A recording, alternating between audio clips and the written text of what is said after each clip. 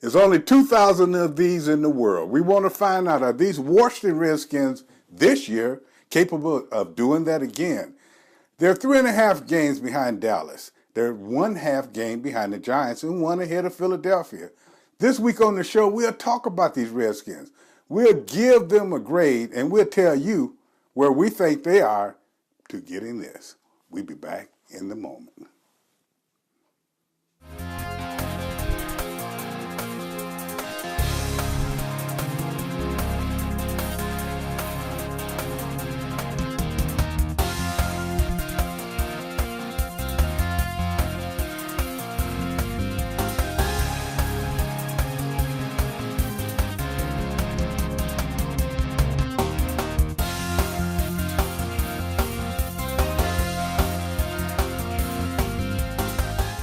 Tony McGee's Pro Football Plus wishes to thank these employers for supporting our Hire a Military Vet Challenge.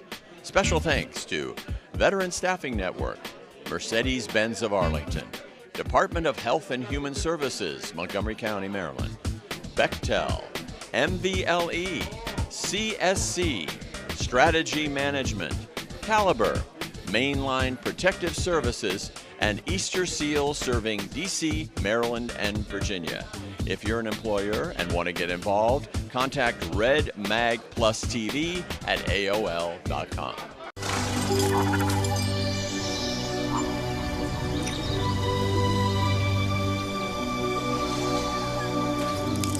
What? Is he gone? Finally! I thought he'd never leave. Why are you texting my man at 2 a.m.? If you want someone to leave you alone, you pretend like you're sleeping. It's what you do. If you want to save 15% or more on car insurance, you switch to Geico. It's what you do. Taking selfies in the kitchen does not make you a model. Okay.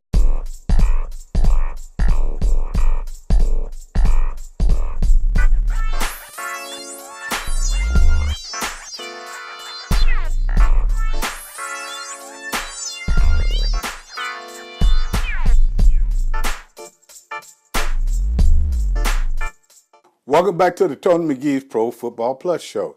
As always, we start with the offense. If I have to give them a grade right now, it's B- to a C. Look at their record. Their record is pretty average right now. But at times, this offense is sensational. At other times, they're not very good. Have to run the ball better. Quarterback, give him a B. He's played pretty well. Offensive line, give him a B. They played pretty well. But running game, give it a C, because it's not good at the time. The receivers are doing well, but at the same time, all units must do the same thing at the same time, and that's play well. So if we look at this offense, guys, you tell me, what do you think? I'm looking at B- to C+ at best. Tony, I think that's a great question, and we'll go around the horn, and we'll start with Gary. What is your overall grade for the first half of the season, Gary? It's tough.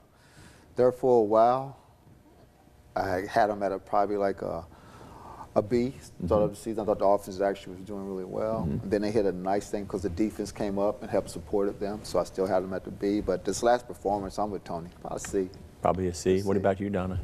Yeah, you know, you look at them right now, they're ranked 4th in the NFL as far as on offense, which is surprising, but it's tough because, like Gary said, they still have so many areas that they have to improve in. Their running game still needs to improve to really open up that offense even more so. So I'm not even going to give them a C-. Probably.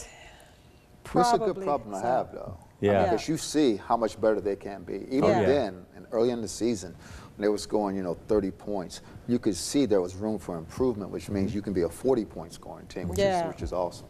They're pretty close. What about you, Adam? I give them a C+. Okay. I say that only because they do, after all, they do have a winning record.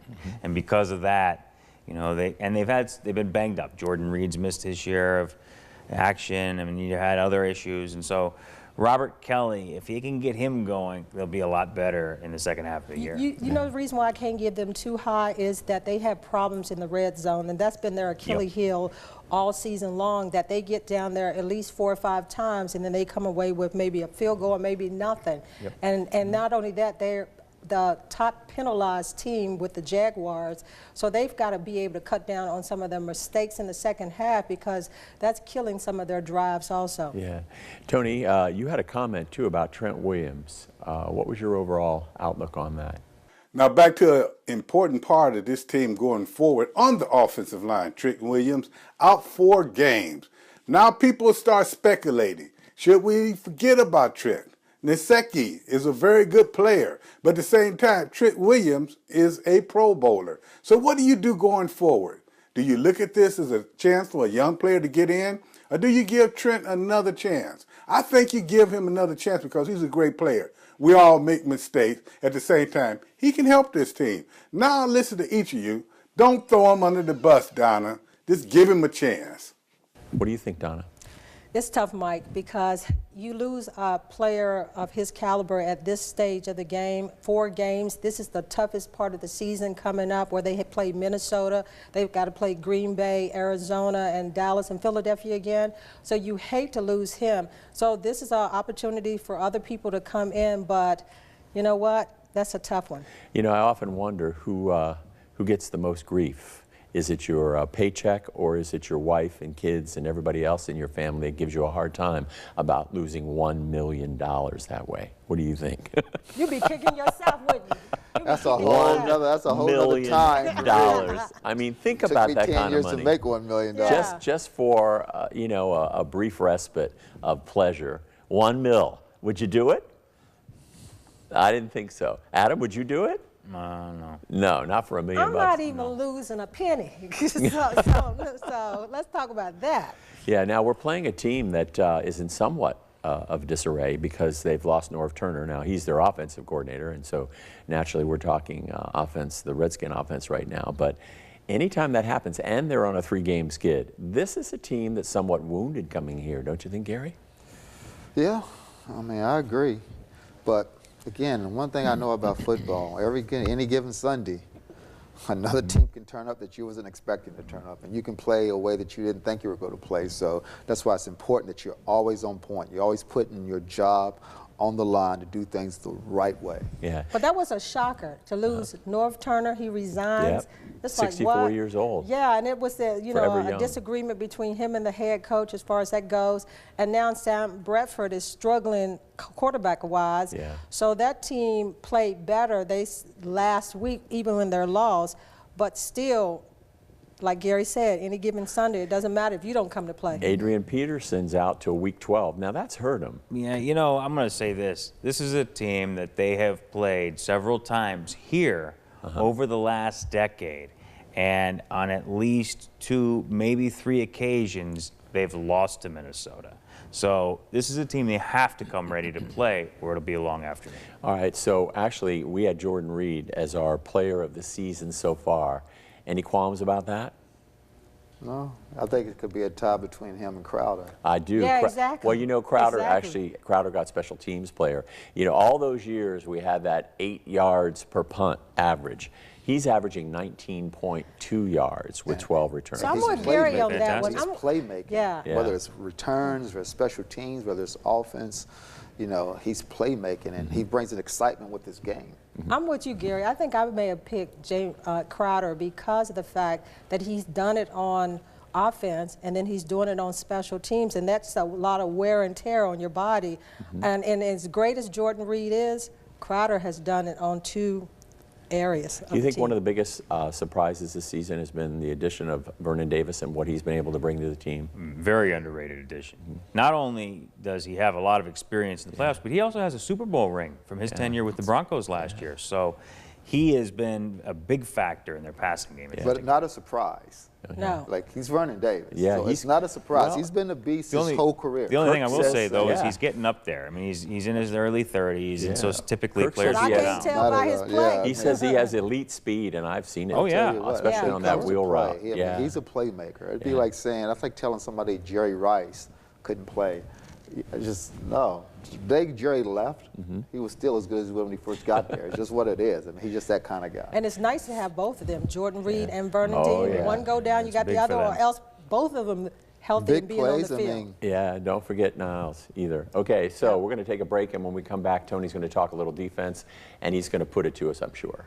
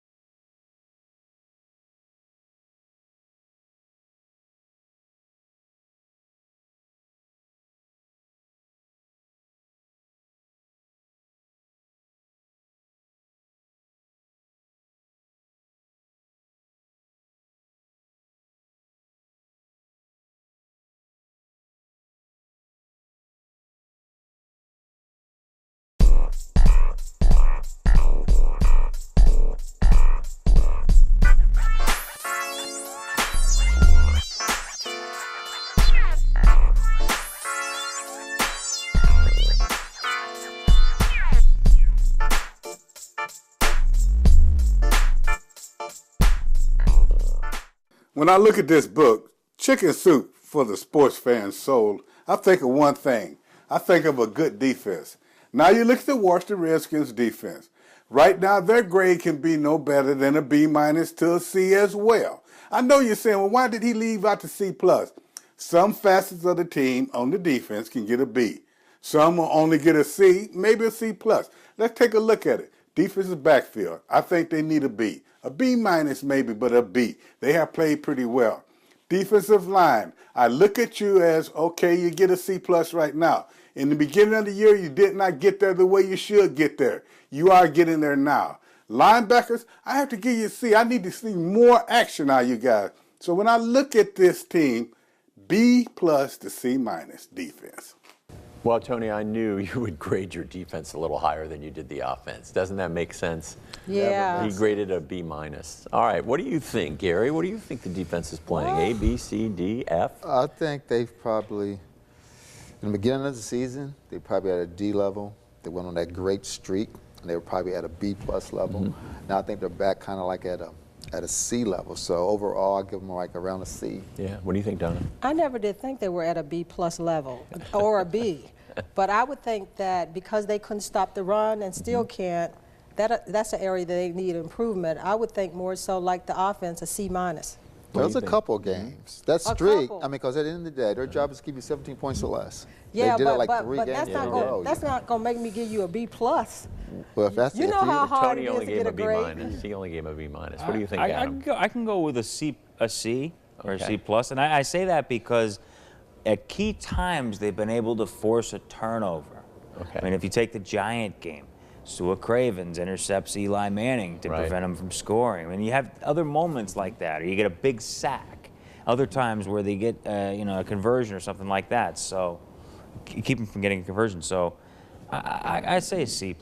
They're probably not going to have their middle linebacker, Eric Kendricks, and that's a big Yeah. loss. So the Redskins may be able to run up the middle.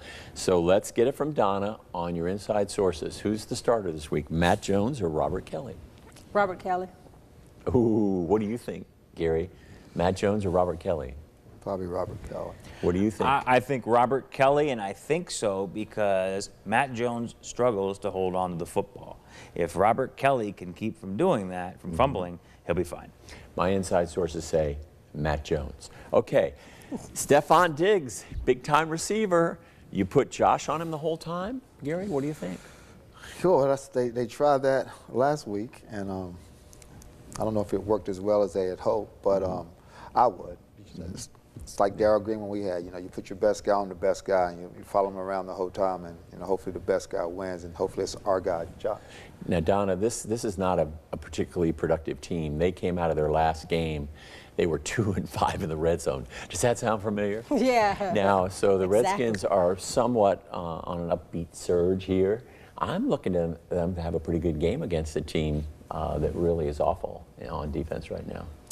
Yeah, but coming off a bye week, and Gary can talk about this too, is that you have to come back in with that intensity, knowing that you have to jump right on this team right here, because it's important in the second half of the season that you come out and play strong and work on all those little things that you needed during the bye week. Where's Deshaun Jackson? Well, I mean, that's a great question. Missing in action. You know, this is interesting because now that they come back from their bye week, I think he'll be a lot better. He's healthier. He's going to be more active in the offense. The other thing I will say is, if you take Norman and you put him on Diggs, I think that's problematic because they also have Cordero Patterson. Yes, they do. He is an explosive wide receiver, and anytime he gets his hands on the ball, he can score. Breland on So, the other well, side. I'd be careful. Breland's had his struggles this year. But so. it comes down to putting the pressure up front. Right. Because if they put the pressure up front and everything, those guys are going to be okay. And Sue Cravens, they like him a lot in what he's done. So it starts up the front, as Tony always say. You put the pressure up there, and those guys in the secondary don't have to work as hard. Like you, Gary, as far as that, if you got a wide open field and it's no pressure, and you're going upfield and nobody is touching you, you're going to have a field day. Why is the middle always so open, Gary? Well, when defensively speaking. Well, I think it depends on what type of defense. The middle typically is open a lot when you're in a prevent type of defense. Okay. It's fortunate. I love prevents. I love when somebody went into a prevent against us. The bad part about it was that means that we were behind, and we was trying to make up ground. The good thing about it is I felt like I make up a lot of ground because I could run 20-yard square ends all day long because they're playing so far back and there's gaping holes in a prevent defense. But I mean, I don't get it at the end of the day. When we come back, Tony's going to give his highest grade of the day.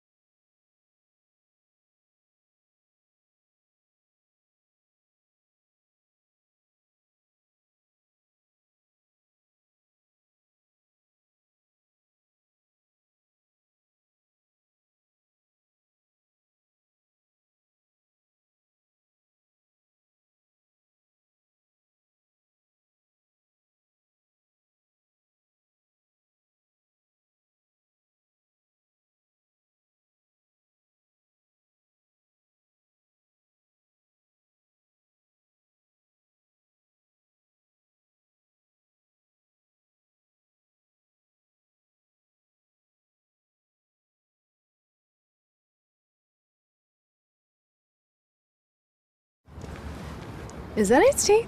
Nope, it's lemonade. Is that iced tea? Lemonade. Iced tea. What's with these people, man? Lemonade. Read the sign. Lemonade. Read it.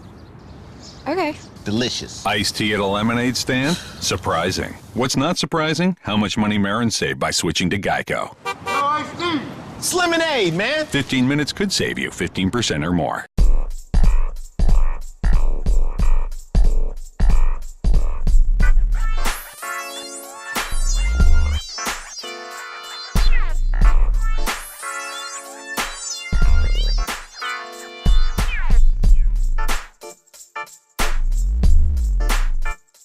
Special teams, I'm not even giving you a B+.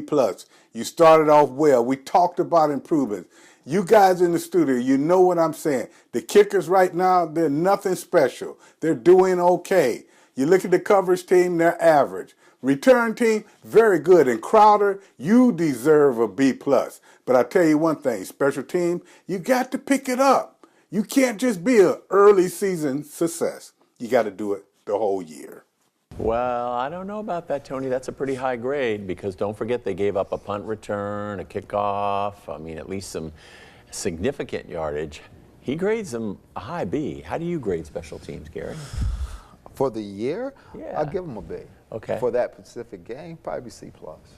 Yeah, I would give them a B because the thing about it is they made some plays early on. I mean, Dustin Hopkins has slid a little bit. He's 6 for 10. But the thing about it is it's the kick return and the kick coverage is where they're struggling right now. But overall, they've done enough to give them field position to get in positions to win, and they scored. So Tony is right on that one. Okay, what's your grade? I'm with Donna. You know, I would say a B because it isn't just coverage, it isn't just tackling, it's also on the offensive side. When you're in the return game, Jamison Crowder has been as good as could be, as you could expect. And also, when you can get some coverage from your punt team, and also with Dustin Hopkins, his accuracy from field goals, other than the one game, he's been terrific. You know, this is interesting. There's a little bit of a mirror here because last week, Minnesota missed a field goal and an extra point.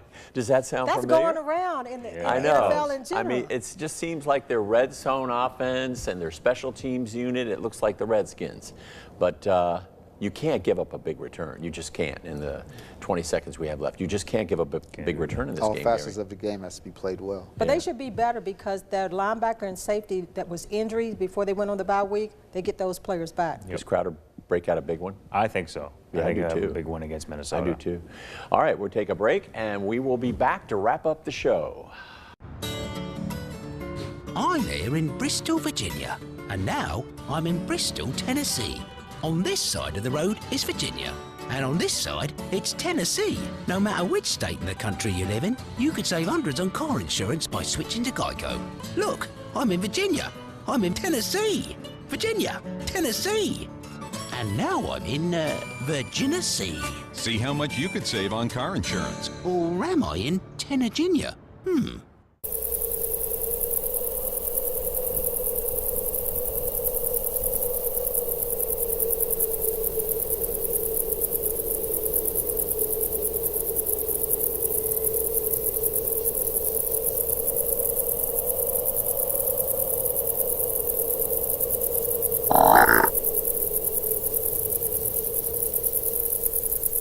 This week's stat of the week is the Redskins have not beaten the Minnesota Vikings since October 14th, 2012. This week, Tony, the big sports bar challenge, Seattle at New England. Everybody is picking New England. Take a look at the scores. Crystal City Restaurant, 5-4. Crystal City Sports Pub, 8-1. Greavy's, 8-1. Outback Steakhouse, 4-5. And we've got Hard Times Cafe at Fairfax, 5-4. And Harry's Ale House in Fredericksburg, they are 5-4. Take a look at the picks on the screen real quickly, and you see that Gary Clark played in a Super Bowl for a reason. He's leading the picks right now. And Tony, you got a comment or two, I know. Now to the offense, the defense, and the special teams, the next two opponents are very important. You got the Vikings. They are in a spin right now, not doing well. People have figured them out, but they're still a tough team. You look at Green Bay. They've lost the last two by a few points. Aaron Rodgers is getting on point. This team, the Washington Redskins I'm speaking of, they must beat these two teams. As long as they stay ahead of the rest of the NFC, they'll be all right. But they got to play each game one at a time. Vikings tough, Green Bay tough, play them tough. All right, thanks, Tony. You got to stay tuned for Donna Hopkins and TMI.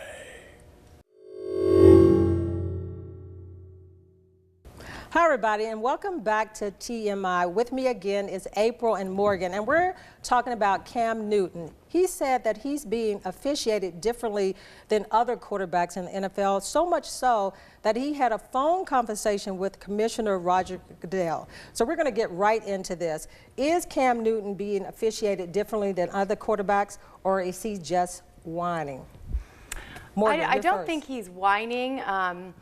I think that he has taken some dangerous hits lately, and so he has a point. The officials need to take care of that for the safety of the players, but I think that he doesn't need to be talking about that in the press conferences. He needs to take that to his coaches and for them to take that to the league and for them to take care of that so that he's not, nervous about his well-being and the team doesn't have to lose a quarterback for the entire season. Yeah, he's saying that he's being hit in the pocket and so forth. So I would probably say that his offensive line need to block better. But actually his complaint is that he's being hit so low beneath the knee that it could end his career. Right. And what I've known from the little bit of football that my son has played and basketball and other sports is the more talented you are, the less likely the referees are to call a bad play. Because their perspective is, you're tough, you're number one, you can take it. So I think he did the right thing, go on up, because if his coach had protected him in advance, he would not have had to go directly to the NFL commissioner. Well, let's just say this as far as Cam Newton. Now, when you come outside of the pocket or so forth, you become a runner, so you're going to get hit. So Russell Wilson is a much smaller quarterback than Cam Newton is, and he said that you have to be smarter as far as being a quarterback in what you do. So he said that he does not think that Cam is being officiated any different. What's your take on what Russell Wilson said? No, I agree. I agree that he should be smarter and he shouldn't complain about, oh, they're picking on me, they're isolating me in these situations. But I think that he should definitely be aware of it and move forward. As soon as you said Russell, I smiled from ear to ear. He's a Richmond guy. I went to school in Richmond. His father was my husband's first agent. Right.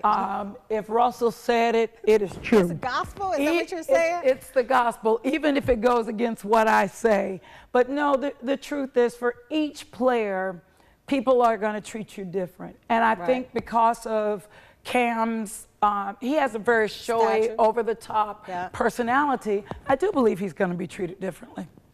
Well, you know what? It's hard to say, but guess what? He's got everybody's attention right there. But as most people said, just go out and play the game. But that's the last word. More in the upcoming weeks. We have the Dallas Cowboys traveling to Pittsburgh. Pittsburgh has the big man back, the tower clock, the rock and roll, the hill master, but Prescott is looking mighty, mighty good. Dallas is 7-1. I hate to say it, but you got to go with the Cowboys. The Cowboys will win this game against Pittsburgh, even though they have Big Ben back. My game of the week is Seattle at New England. Now, this is two very good teams. I would love to say Seattle can win this game. Maybe 2 years ago or last year when they had the Beast, they would have won this game. Brady is back. I told you last week, the dude is mad. Mad because he got caught and playing extremely well.